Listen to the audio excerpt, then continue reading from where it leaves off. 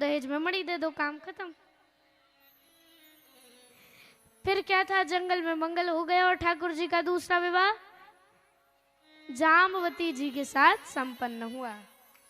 सत्राजित मणि लेकर सत्राजित की मणि लेकर के ठाकुर जी आए, सत्राजित को मणि दी, बोले लो महाराज अपनी मणि, हम नहीं ले गए थे, तुम्हारे प्रसेन को जंगली जानवरों ने मार दिया और मणि लेके घूम रहे थे। बोले मुझे क्षमा कर दो महाराज। बोले क्षमा मांगने की क्या जरूरत है, जब कलंकित कर ही दिया तो बाद में क्षमा मांगने से क्या मिलेगा।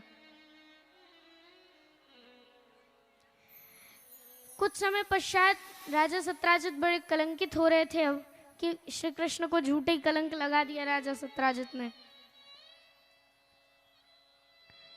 राजा सत्राजित के पास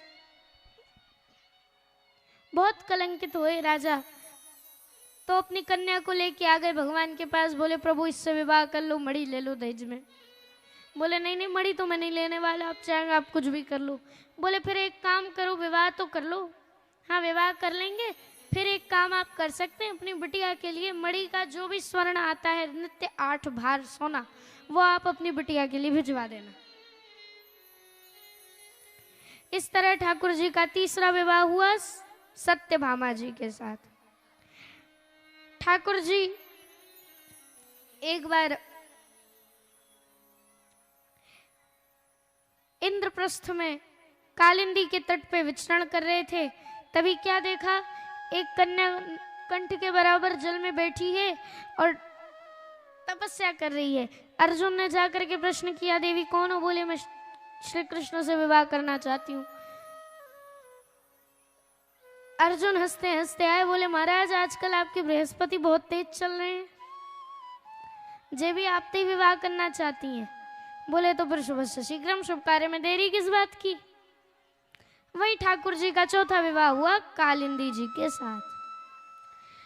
अवंती उज्जैन देश के राजा थे विंद और अनुविंद, इनकी एक बहन थी मित्रवृंदा। दोनों भाई चाहते थे विवाह, बहन का विवाह दुर्योधन से हो, स्वयंवर में श्री कृष्ण को वरमाला पहना दी। दोनों भाइयों ने विरोध किया, ठाकुर जी आए और हरण करके मित्रवृंदा का ले गए। ठाकुर जी का पांचवा विवाह हुआ मित्रवृंदा जी के साथ। कौशल देश अर्थात अयोध्या, अयोध्या के राजा महाराज नग्नजीत, उनकी पुत्री का नाम था सत्या देवी। इनकी एक शर्त थी कि जो मेरे 7 बलिष्ठ बैलों को एक साथ एक रस्सी में एक ही समय में बांध देगा, उससे ही मैं अपनी बिटिया का विवाह करूंगा। ठाकुर जी